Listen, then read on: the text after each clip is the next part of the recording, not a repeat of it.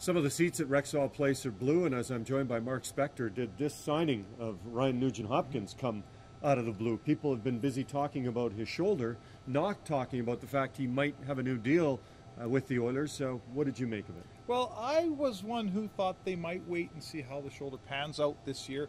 Ryan Nugent-Hopkins has had some injury problems in his first 2 years. But as Craig McTavish came out and said today, they base their evaluation on skill and on character. Ryan Nugent-Hopkins showed at the World Juniors last year. He's far and away the best player of his birth year, probably in the world right now. And certainly the character. He's a character kid. He shows up to play every day. They've had history with this type of shoulder surgery within their organization. They're very happy with that. So as Craig McTavish said, in the end, it was a no-brainer.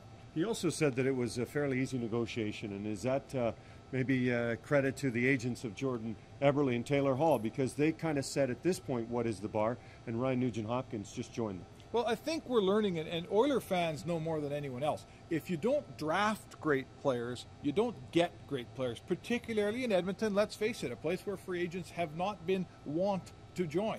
So they've got guys that they believe can lead to a Stanley Cup down the road. Craig McTavish signed Jordan Eberle for 6 years, Taylor Hall for 7, now Ryan Nugent-Hopkins for 7.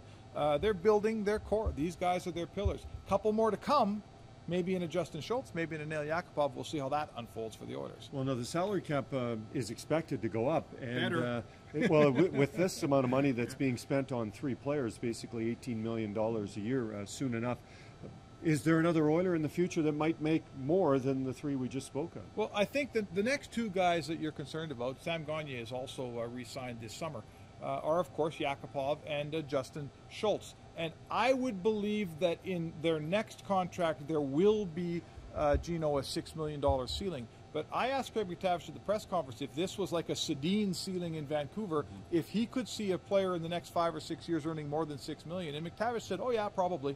You know, we'll probably end up spending more." They offered more of that, more than that, to David Clarkson this summer.